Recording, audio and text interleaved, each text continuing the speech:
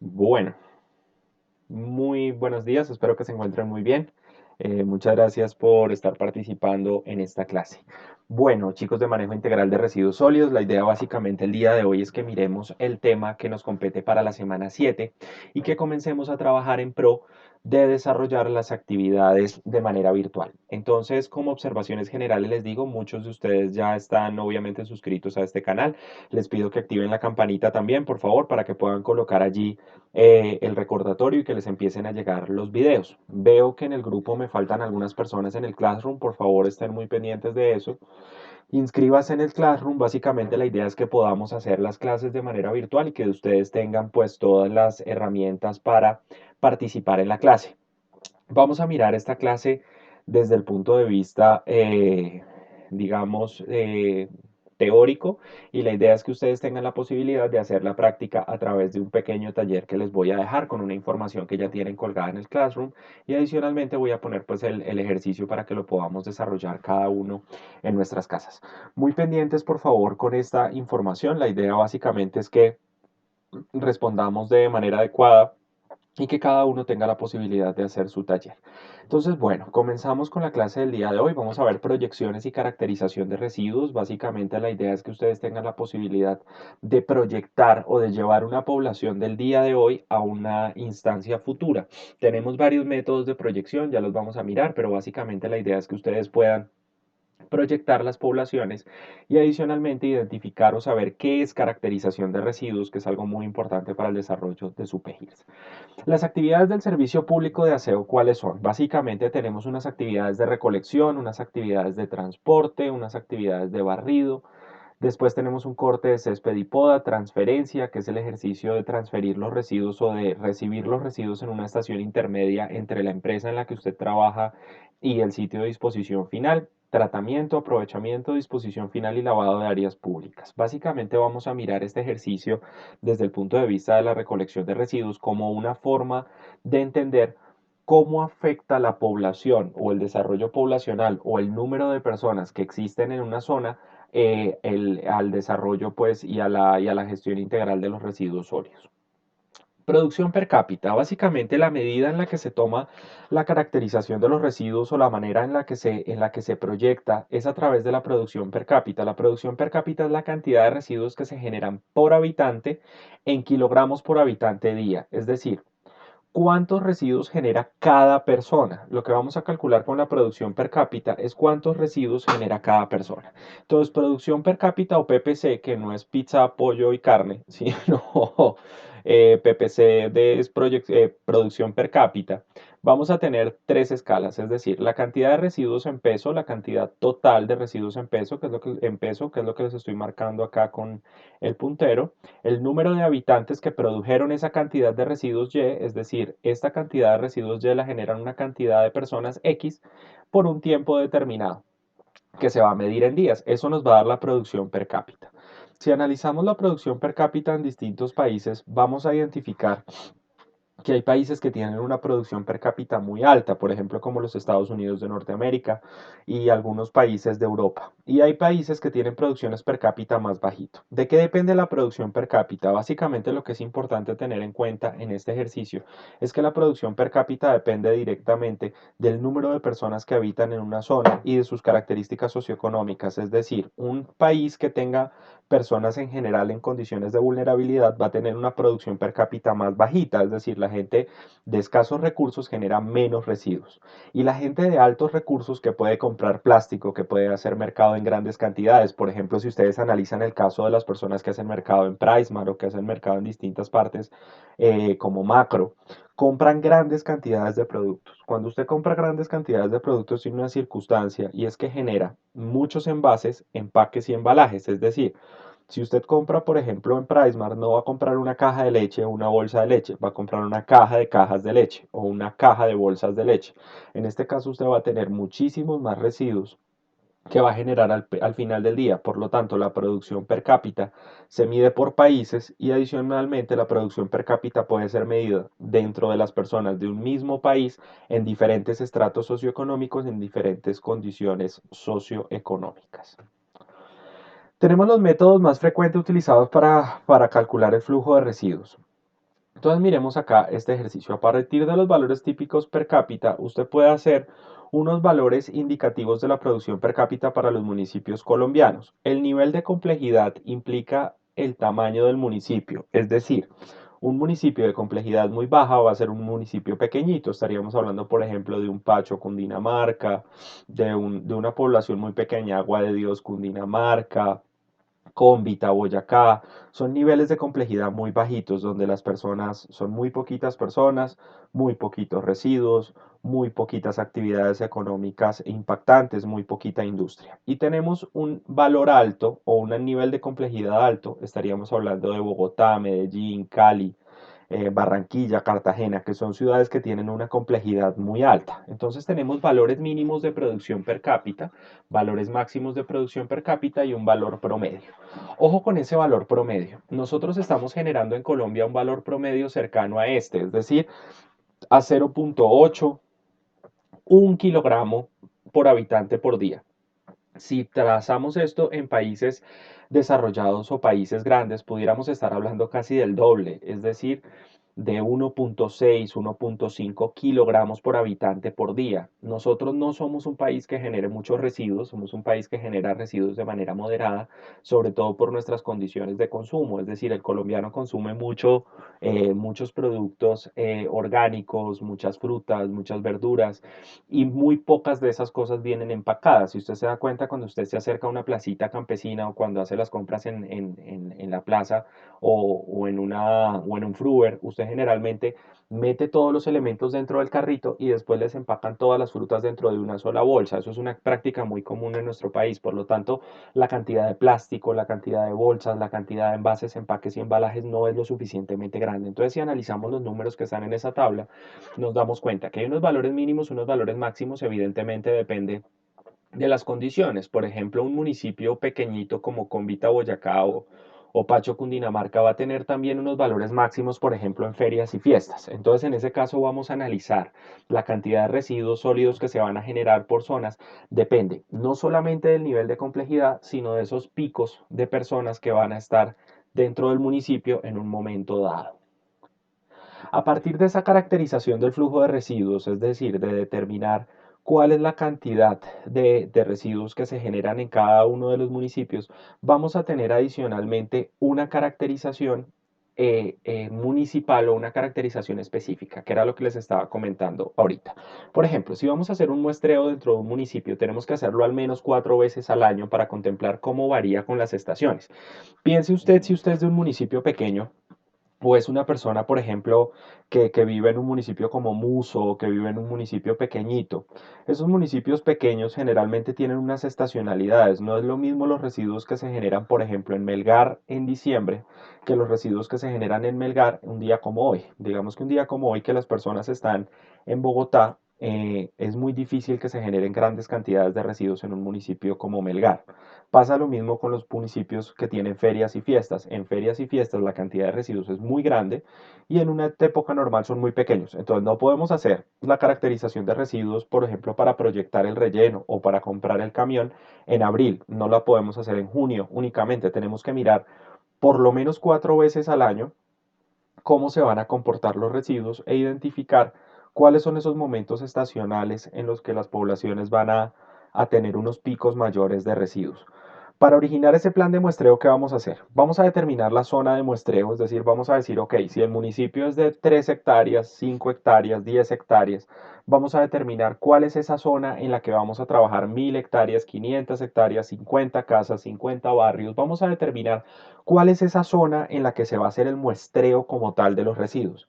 Vamos a analizar la situación socioeconómica de la zona elegida. No podemos coger, por ejemplo, en un municipio como Melgar, la zona donde viven las personas que tienen casas de recreo de Bogotá. No podemos solamente tomar a las personas que tienen casas que son específicas de Melgar, barrios de Melgar, donde vive la gente que trabaja en los hoteles.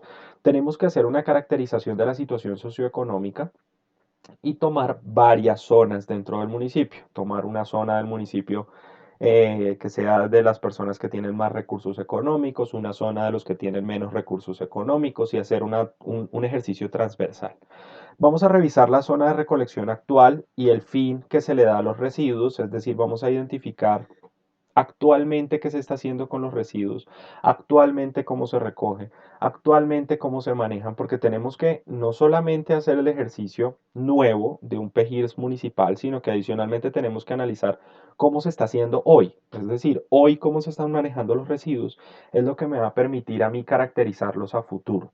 Hay que revisar si existen todas las formas de recuperación, si hay recicladores, si hay estaciones de reciclaje, si hay personal idóneo para el tema, si hay asociaciones, tenemos que revisar los objetivos del proyecto, qué es lo que queremos hacer, qué es lo que queremos lograr y finalmente fijar el calendario de muestreo. Entonces vamos a decir, perfecto, en este municipio vamos a muestrear en enero, en abril, en julio y en diciembre. Y con eso podemos hacer en un año toda la caracterización.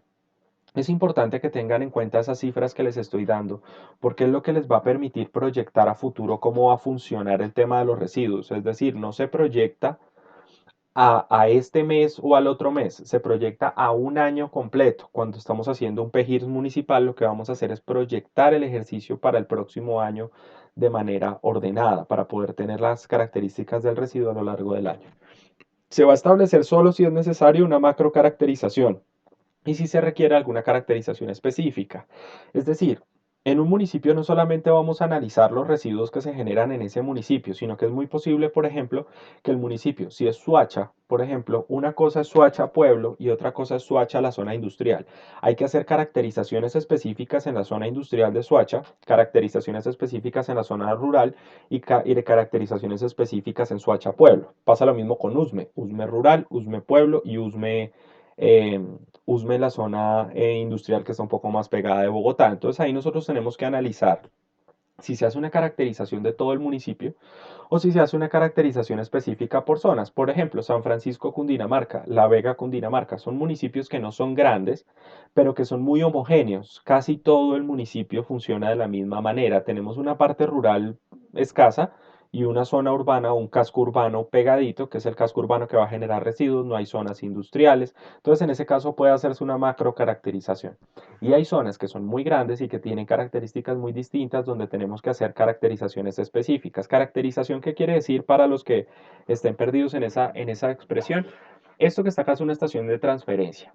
La caracterización básicamente es esto que está acá, que quiere decir qué cantidad porcentual de residuos hay de cada tipo. Eso quiere decir caracterizar. Entonces, la caracterización de residuos en este caso va a ser como la tabla que ustedes están haciendo para sus PEGIRs empresarial.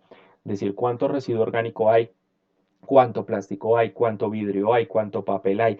Eso quiere decir caracterizar. Entonces, imagínese usted un municipio y dése cuenta que no va a ser fácil hacer una caracterización en el sentido de que por ejemplo, en la zona industrial de Suacha vamos a tener una cantidad de plástico muy grande, una cantidad de residuos muy grande, de residuos de cartón, de residuos de papel por el envase, empaque y embalaje de distintos elementos. Si hablamos de Suacha Pueblo como tal, vamos a tener una caracterización urbana, es decir, un 70% orgánico acá en Colombia, más o menos eso es lo que se maneja, un 60, 70, 80% orgánico, un 10% plásticos, 13% plásticos y vamos a tener la caracterización de un hogar. Y si nos dirigimos a la zona rural, vamos a tener un porcentaje orgánico muy alto y un porcentaje plástico muy bajito. Eso es lo que les estoy planteando.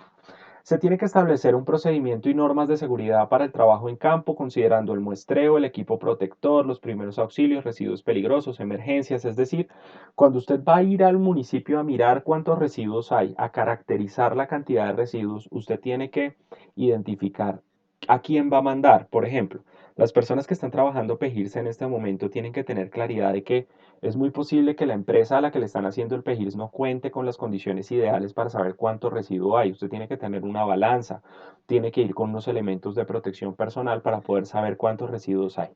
¿Cómo se hace la caracterización? Lo vamos a mirar en un momento, pero la idea básicamente es que usted sepa que es tomar el residuo sólido, tomar las bolsas de residuo y separar en los componentes para identificar porcentualmente cuánto se está generando. Procedimiento para la selección de la muestra. Entonces vamos a definir la población. Son todas las viviendas particulares y establecimientos comerciales del distrito bajo estudio, es decir, la población total del municipio. Después vamos a dividir la población por estratos, la zona comercial, la zona residencial estrato 1, 2 y 3, dependiendo del municipio. Bogotá, por ejemplo, llega hasta el estrato 6, hay municipios pequeños que llegan hasta el estrato 3, hay municipios un poquitico más grandes que llegan hasta el estrato 4, hay zonas comerciales. Muchos de ustedes me han preguntado en su PEGIRS, bueno, ¿y qué pongo en la estratificación? Eso es lo que usted tiene que poner en la estratificación y en el uso del suelo actual. Esta zona donde está puesta la empresa en este momento es una zona residencial, es una zona comercial, es una zona industrial, es una zona rural. Eso es lo que vamos a identificar en el uso del suelo y en las características como tal de la estratificación. Entonces, esta gráfica no está muy bonita, pero nos permite ilustrar el ejercicio. Tenemos una población total, tenemos una población dividida en estratos, es decir, tenemos todo este es el pueblo, por decirlo de alguna manera. Tenemos unas personas en estrato 1, unas personas en estrato 2 y unas personas en estrato 3. De cada uno de los estratos voy a tomar una pequeña muestra. Y esa muestra es la que voy a llevar al ejercicio de caracterización de residuos. Estadística básica. De toda la población voy a seleccionar unas personas como una muestra por cada uno de los estratos. Y esas personas van a ser todas iguales dentro de la muestra. Tengo la población, saco una muestrica, esa muestrica son estas X pintadas de azul, las paso para este lado y esa es la gente a la que voy a revisar. Entonces voy a identificar la ubicación de los estratos en un plano de la ciudad. Tomo toda la población e identifico los estratos. Recuerden que nosotros en esta materia estamos viendo dos cosas, chicos. Una cosa es el ejercicio que estamos haciendo del PEGIRS empresarial, que yo se los pongo a hacer como un PEGIRS empresarial para que ustedes sepan cómo lo van a armar dentro de una pequeña compañía. Y otra cosa es el ejercicio municipal que nos atañe como ingenieros ambientales. Es decir, en este momento y en esta clase estamos viendo municipalidad, pueblo. No estamos hablando de la empresa, estamos hablando del pueblo. Es decir, el PEGIRS de la empresa que usted está trabajando como tal va a tener una característica de estrato única, por decirlo de alguna manera. Su empresa está en la zona comercial de Bogotá, en la zona industrial de Puente Aranda. Solamente tiene una clasificación. No obstante, cuando hagamos un ejercicio municipal para usted analizar el municipio, ahí sí vamos a tener estrato 1, estrato 2, estrato 3, estrato 4, zona comercial, zona residencial, zona industrial. Eso es lo que quiero que miremos en esta clase. En esta clase estamos hablando de un pueblo, de un municipio, no estamos hablando de la empresa. Si bien muchos de los conceptos que vamos a ver acá están ligados a la empresa y cuando usted los analice va a aterrizarlos a la empresa, muchas de las cosas que están dentro de este ejercicio no van a estar ligadas a la empresa, sino que van a estar ligadas a los municipios, lo que estamos haciendo el día de hoy. Hay que utilizar o una utilización de la generación per cápita como se considera que la población está conformada, es decir, cada municipio va a tener una generación per cápita como vimos unas diapositivas atrás, dependiendo del nivel de complejidad y dependiendo de la estratificación y dependiendo de la época del año. Eso es absolutamente claro. Entonces, si un municipio tiene una generación per cápita, generalmente lo que vamos a hacer es primero identificar la generación per cápita o la complejidad del municipio para poder más o menos saber cuántos residuos se va a generar en ese municipio a partir de la población. Listo. Entonces vamos a empezar a mirar unos términos un poquito más aterrizados de estadística. La idea es que ustedes puedan tener nociones básicas de estadística para poder hacer las proyecciones poblacionales. Esto no es una clase de estadística, es una clase de residuos, por lo tanto yo les voy a explicar el tema de una manera muy genérica. No nos vamos a basar en la fórmula, no nos vamos a aterrizar demasiado en el ejercicio numérico, pero sí vamos a hacer por lo menos una aproximación para que usted sepa cómo se maneja en el momento el ejercicio.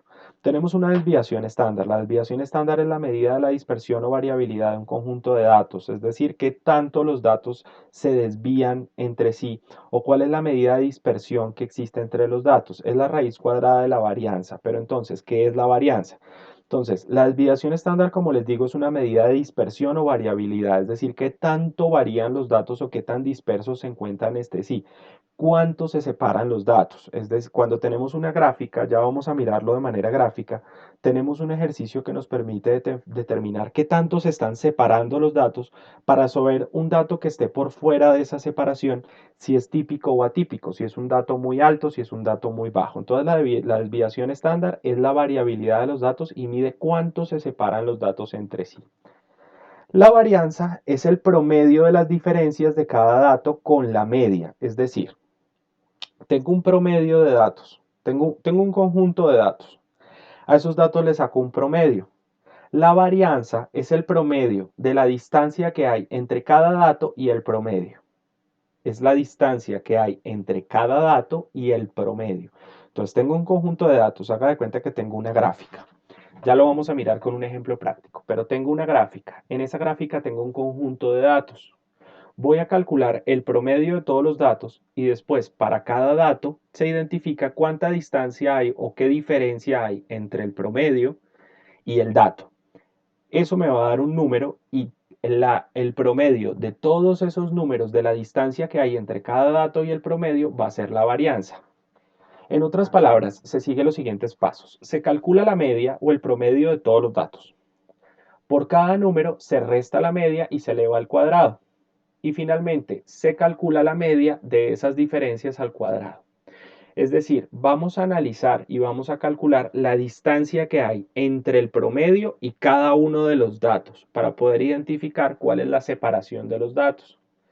Miremos este ejemplo práctico. Tú y tus amigos midieron las alturas de sus perros en milímetros. Entonces tenemos todos estos perritos que están acá. Mire los perritos que están en la imagen. Tenemos un perrito alto que mide 600 milímetros o 60 centímetros, uno de 40, uno de 20. Tenemos un perrito, este perrito es como de 17, dice acá. Tenemos un perrito de 4.3 o de 43 y tenemos un perrito de 30 milímetros. Usted dirá, bueno, ¿y a dónde se mide un perro? Porque ese perro está más grande.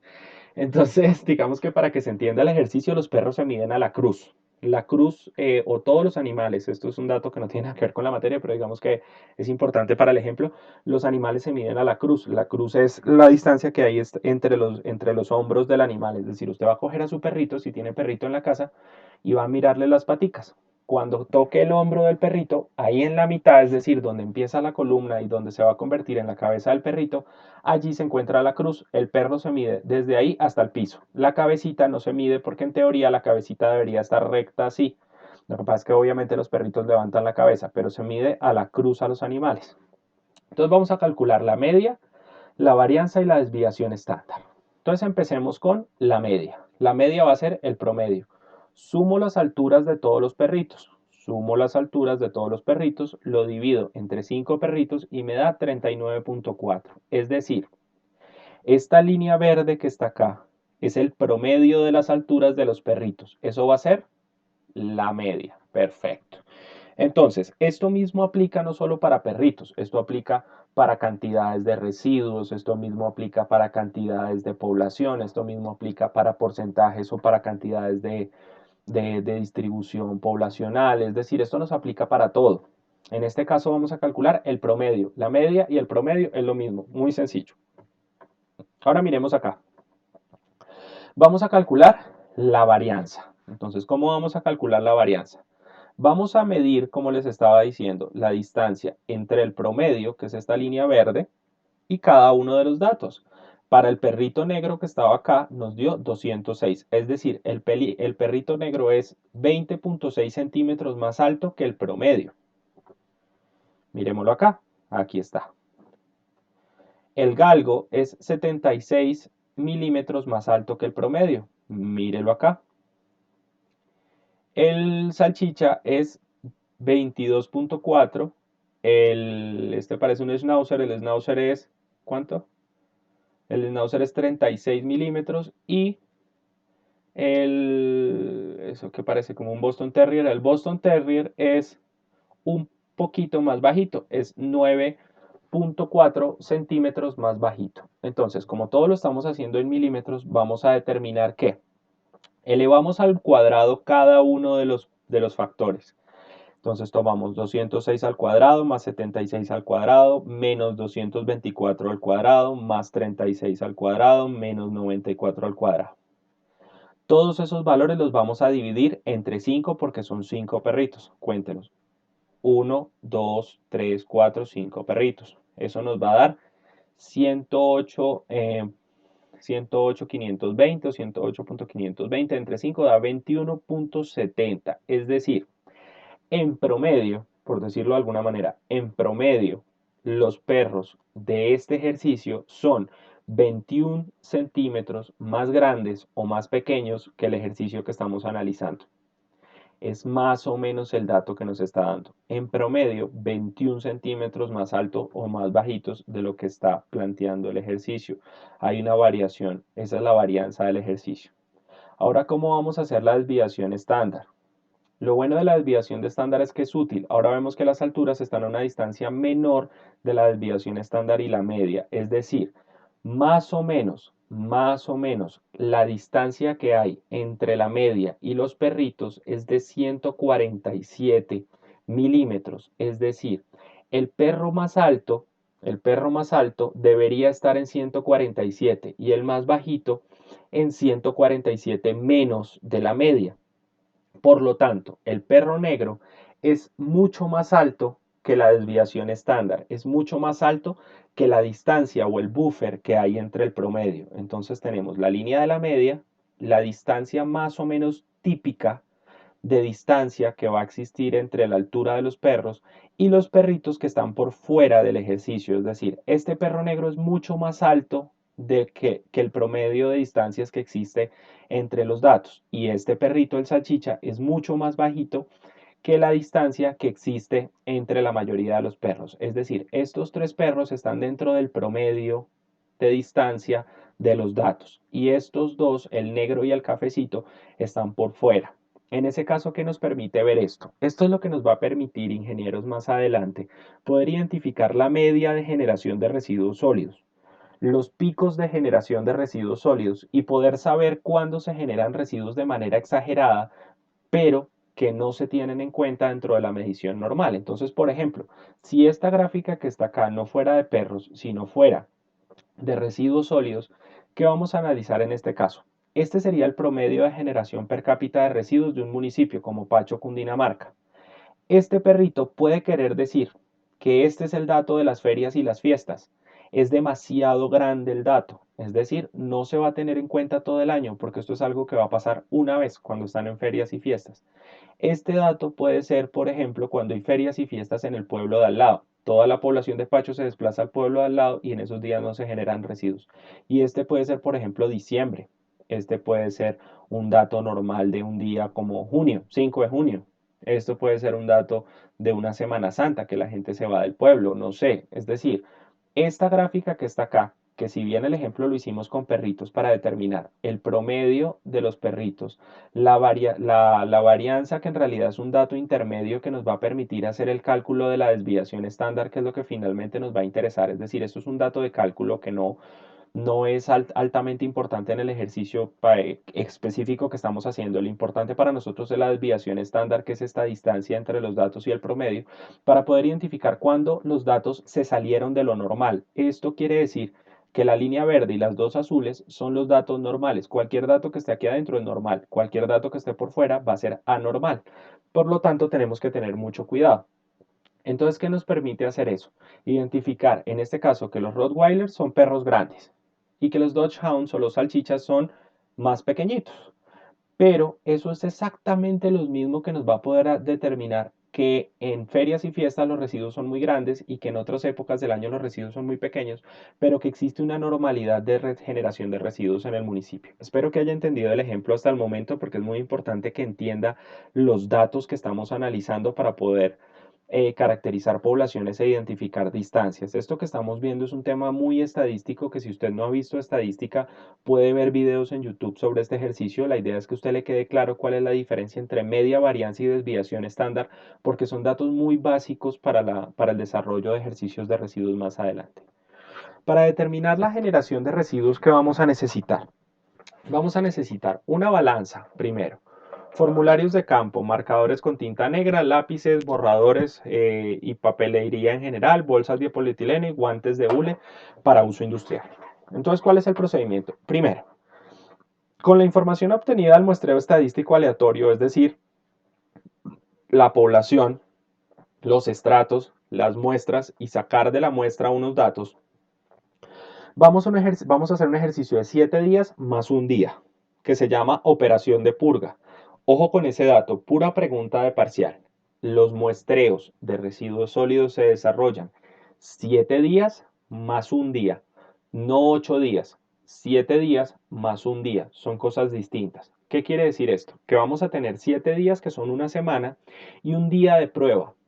No vamos a hacer un muestreo durante 8 días. Es importante que usted psicológicamente entienda la diferencia. Una cosa es hacer un muestreo de 8 días y meterlo todos los mismos datos. Y otra cosa es hacer un muestreo de 7 días más un día adicional. Eso quiere decir que hago 7 días y pruebo un día adicional para determinar cómo se comportó el ejercicio. No es lo mismo que hablar de 8 días. Hablamos de 7 días más un día de operación de purga. Se selecciona el nivel de confianza para determinar más o menos cuál va a ser el conocimiento de la comunidad, la calidad técnica del personal participante, la facilidad para realizar el muestreo. Es decir, vamos a analizar cómo es la población con base en la cual se va a hacer este muestreo y vamos a poder con base en eso identificar las características específicas de cada uno de los procesos. Se define el tamaño de la promuestra a partir del nivel de confianza. El nivel de confianza quiere decir qué tanto yo confío que los datos van a ser iguales. Eso es una proyección estadística. Como les dije, esto no es clase de estadística, pero el nivel de confianza lo que nos va a permitir es identificar qué tanto creo yo que los datos van a ser iguales. Eso quiere decir el nivel de confianza. Entonces, por ejemplo, les pongo un ejemplo. El nivel de confianza en una ciudad como Bogotá no puede ser muy alto en el sentido de que yo tengo que caracterizar muchos estratos, muchas condiciones distintas, muchos barrios distintos. En cambio, el nivel de confianza en un pueblo, por ejemplo, como La Calera, va a ser un poco más grande. Es decir, yo confío más en los datos de La Calera de lo que confío en los datos de Bogotá. Por ejemplo, yo puedo seleccionar menos personas en una muestra de La Calera y me va a quedar bien en el ejercicio. Pero si selecciono muy poquitas personas en Bogotá, me va a quedar mal. Les pongo un ejemplo claro. Si yo quiero saber cuánta plata ganan las personas de la ciudad de Bogotá, yo no puedo hacer 100 encuestas, porque en 100 encuestas es posible que yo haga 50 encuestas en Rosales, 20 encuestas en Fontibón, 20 encuestas en, no sé, en Suba, me están quedando 10 y haga las 10 que me faltan en Ciudad Bolívar. Si yo analizo esos datos que les acabo de decir de esa manera, por decirlo de alguna manera, esas 100 personas que les acabo de decir me van a dar un valor muy distinto al valor real, porque las condiciones socioeconómicas, por ejemplo, me quedó por fuera el centro, me quedó por fuera Usme, me quedó por fuera Bosa, me quedó por fuera Teusaquillo, me quedó por fuera Usaquén. Entonces, cuando yo analice este ejercicio, me voy a dar cuenta que no seleccioné bien los datos y que debía haber tenido un nivel de confianza más bajito, es decir, confiar menos en el dato y hacer muchas más encuestas. Pasa lo mismo con los residuos INGE. Cuando ustedes vayan a hacer el ejercicio en campo, usted dice, ¿qué tanto puedo confiar en los datos de este municipio? ¿Qué tan parecidos van a ser? ¿Qué tan iguales son los datos de las personas? ¿Qué tan igual es la población? Y eso es lo que le permite a usted sacar la muestra adelante. Vamos a delimitar y ubicar el universo de trabajo, es decir, 500 casas, 300 casas, bueno, no importa, pero lo que vamos a hacer es coger un mapa del pueblo y en el mapa del pueblo ubicar las zonas o las casas donde voy a hacer los muestreos.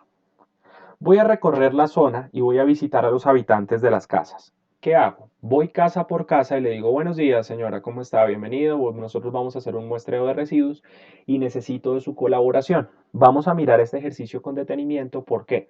Porque para yo saber cuántos residuos se generan en un municipio, tengo que contar con el apoyo de la población. Usted no puede saber cuántos residuos sólidos hay en un municipio si no ha aterrizado el ejercicio a cada una de las casas. Entonces usted visita las casas que seleccionó el primer día y ¿qué va a hacer? Les va a entregar en el punto 5 una bolsa de polietileno y un folleto para que ellos entiendan qué tienen que hacer o la persona entienda qué tiene que hacer. Usted se acerca a las casas, les dice, bueno, yo voy a hacer una caracterización de residuos para el PEJIR del municipio, necesito saber cuántos residuos se generan acá en este municipio y por lo tanto le voy a entregar a usted una bolsa. Coge a la señora y le entrega la bolsa. Le dice, usted va a estar acá en su casa estos 7 días, la necesito 8 días que me colabore con esto. Generalmente los municipios para esto destinan algo, le entregan a la persona un mercado, le entregan a la persona algo, bueno, en general usted necesita que lo ayuden. Entrega la bolsa, entrega el folleto explicativo. Día 2, usted se acerca a la casa, le dice buenos días, ¿cómo está? ¿Tuvo tiempo de hacer la recolección de los residuos? La señora le dice sí, claro, por supuesto.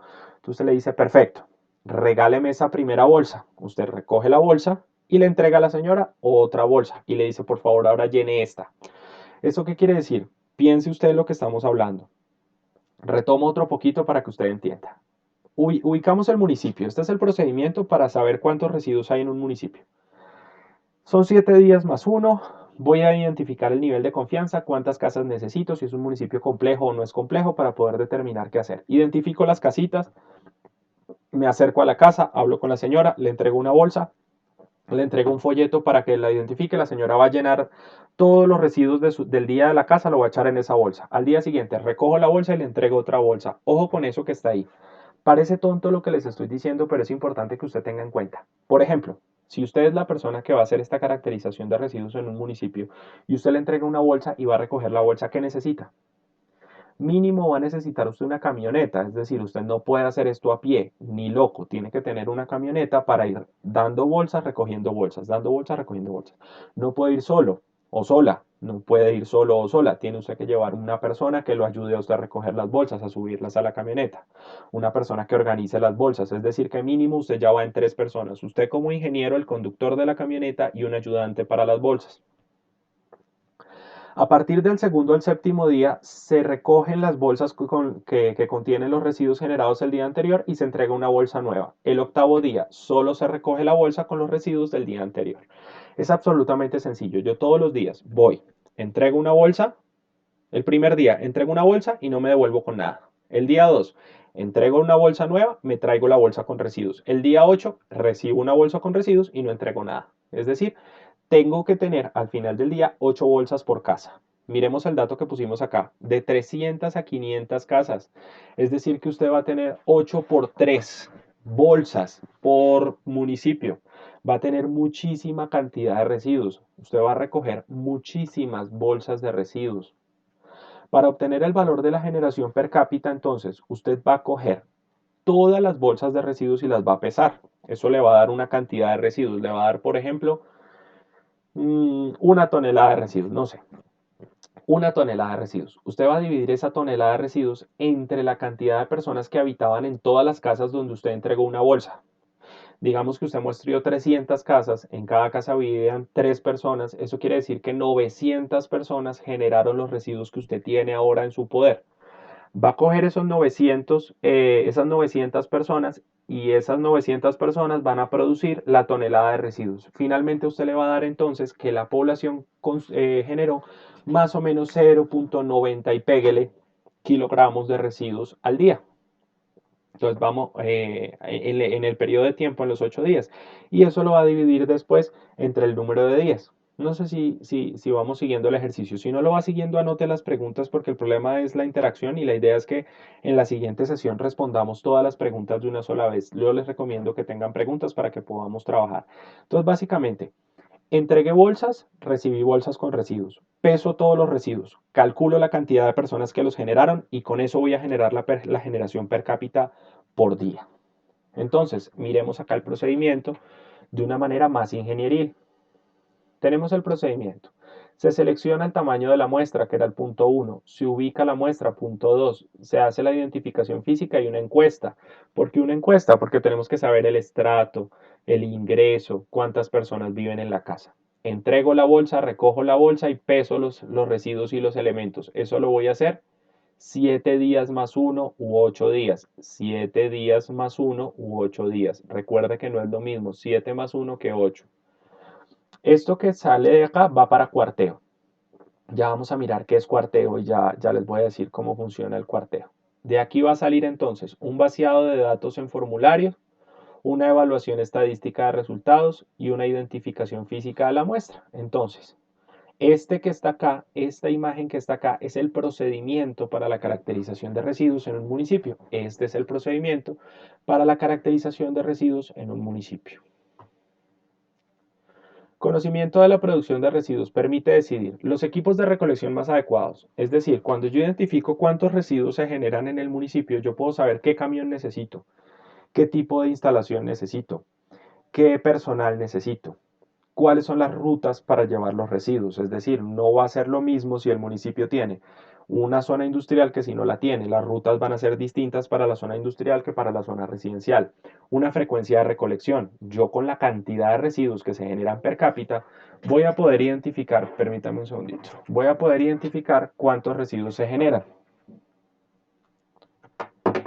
Y así voy a poder asimismo identificar cuáles van a ser las cantidades y las frecuencias de recolección. Entonces, me permite identificar el equipo de recolección más adecuado, con qué voy a recoger los residuos, la cantidad de personal, las rutas, la frecuencia de recolección, el área de disposición, cuánta área necesito para la disposición final de estos residuos, de qué tamaño tiene que ser el relleno, eso lo vamos a ver más adelante. Los costos y establecer las tarifas, cuánta gente es y cuánto está generando. Entonces, ¿qué es la metodología de cuarteo, Inge? Ya tenemos las bolsas de residuos, ¿cierto? Y aquí en el procedimiento vimos que eso va para cuarteo. Entonces usted dice, ¿qué es cuarteo? Perfecto. Para realizar el cuarteo, se toman los residuos sólidos resultados de la muestra, es decir, todas las bolsas de residuos que recogí en cada una de las casas.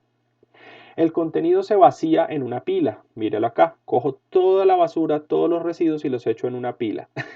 Bueno, como dato curioso les digo que el hecho de que no tengamos clase en estos días hace que se hayan salvado de esto, porque esto es algo que teníamos que hacer en clase, es decir, íbamos a hacer un muestreo y un cuarteo dentro de las instalaciones de la universidad, digamos que es una actividad de la que ustedes se quejan bastante a veces, entonces digamos que se salvaron de esto, pero la idea básicamente es que usted coge los residuos y los echa en una pila, los echa en un montón.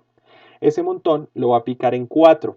Va a tener una A, una B, una C y una D. Por eso se llama cuarteo, porque divido en cuatro.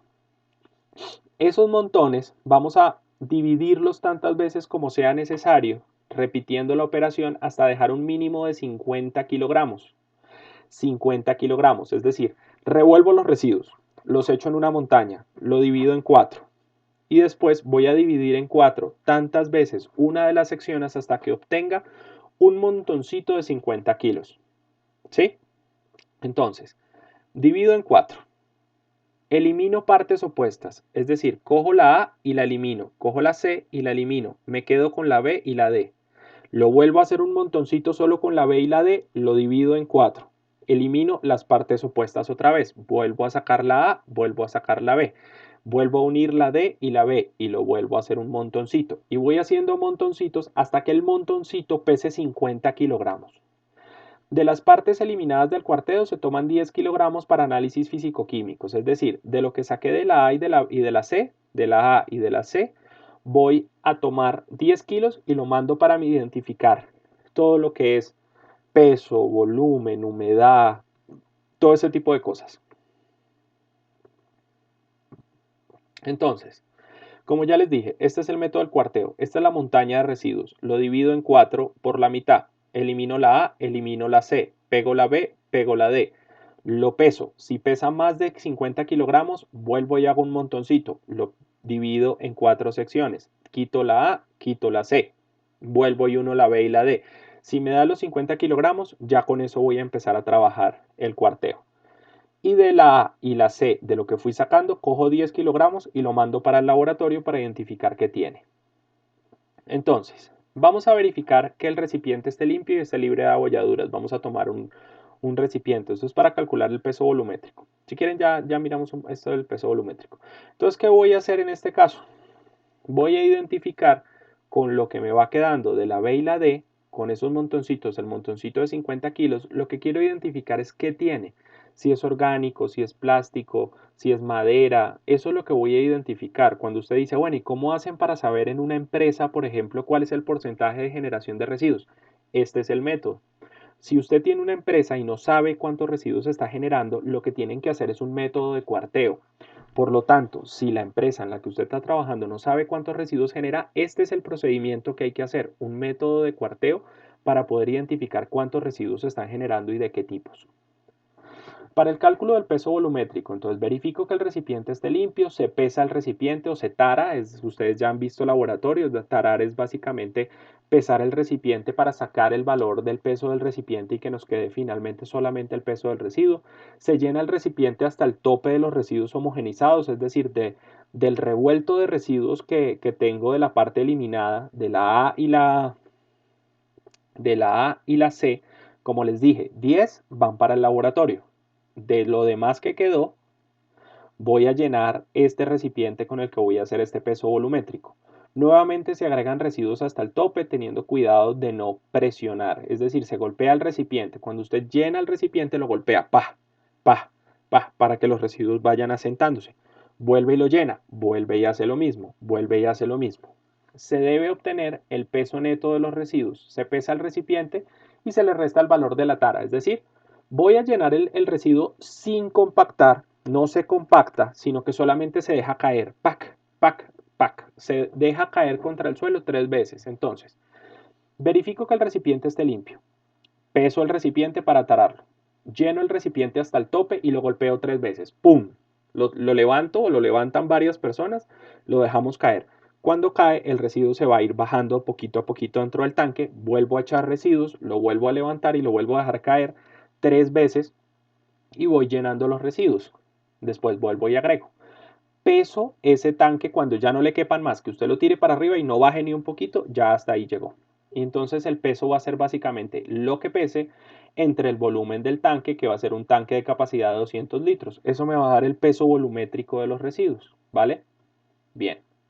La composición. Entonces usted dice, bueno, ya sabemos cuánto pesan, ya mandamos al laboratorio para hacer los análisis físico-químicos, pero entonces, ¿qué tienen los residuos? O sea, ¿qué hay dentro de esos residuos?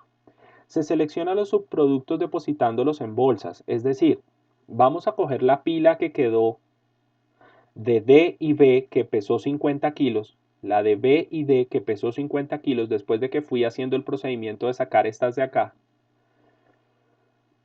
y voy a coger los residuos, los pongo en un montón y empiezo manualmente a separar botella de plástico, pedacito de madera, orgánico, botella de plástico, pedacito de madera, orgánico. Por eso es importante tener los EPPs, guantes, máscara, tapabocas, overol, botas de seguridad, todo el tema. Esto tiene que estar muy bien protegido. Por eso es preferible tener en este caso alguien que le ayude con este procedimiento.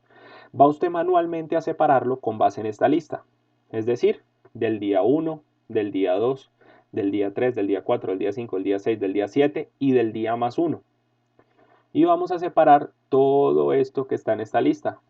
Papel, cartón, comida, plegadiza, madera y sacamos el total de orgánico en peso o en cantidad, dependiendo de lo que tengamos. Preferiblemente en peso porque yo les dije al principio que necesitan una balanza. Plástico, vidrio, metal, todo el ejercicio, papel higiénico y servilletas, todo el ejercicio. Usted todos los días, el día 1, el día 2, el día 3, llega al sitio donde está haciendo la caracterización y pesa los residuos. Los productos ya pesados se separan, ya separados se pesan por separado en la balanza y se registra el resultado. El porcentaje en peso de cada uno de los productos se calcula así. Entonces el porcentaje en peso va a ser el peso que le dio de los residuos entre el peso total por 100. El peso del plástico entre los 50 kilos por 100. El peso del cartón entre los 50 kilos por 100. Y eso es lo que le va a dar finalmente una tabla o lo que le va a dar finalmente la tabla de los porcentajes de residuos. Así es que se calcula el porcentaje de residuos en una empresa, en un municipio, en un colegio, en una universidad, en lo que sea. Se hace el proceso del método de cuarteo, se separan las partes, se unen los ejercicios y posteriormente se consagran en una tabla como esta. Así se calcula el porcentaje de residuos que ustedes ya han visto en sus ejercicios. Este tipo de caracterización física, química y biológica de los residuos para el sistema de aseo le va a permitir a usted, por la complejidad del sistema, identificar con base en qué normas hizo el ejercicio. Mírelo acá. Usted para poder hacer una caracterización físico-química tiene que tener el peso, el contenido de humedad, la permeabilidad, los metales y la capacidad de campo para poder hacer estos ejercicios. Entonces, cuando usted analiza específicamente la información que va a manejar para la caracterización de residuos, tiene que analizar según el nivel de complejidad qué necesita para hacer su cuarteo o su caracterización. Hasta aquí va la clase de hoy. Básicamente la idea es que los videos de las clases duren más o menos 1 hora para que usted pueda pues analizar la información de una manera no tan pesada.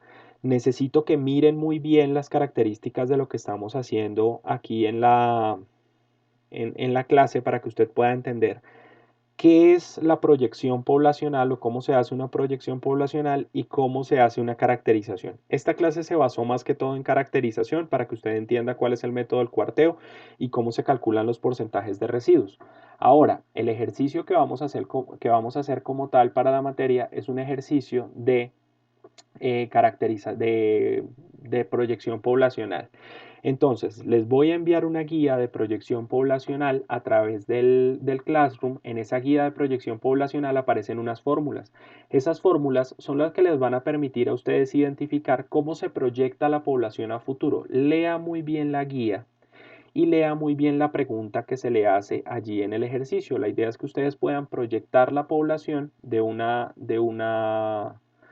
pequeño conjunto de datos. Entonces les voy a enviar tres cosas. La guía de las fórmulas para la proyección poblacional con base en lo que vimos al principio de la clase, los datos o el Excel con los datos, y adicionalmente les voy a solicitar que proyecten la población para un mismo año por tres métodos diferentes.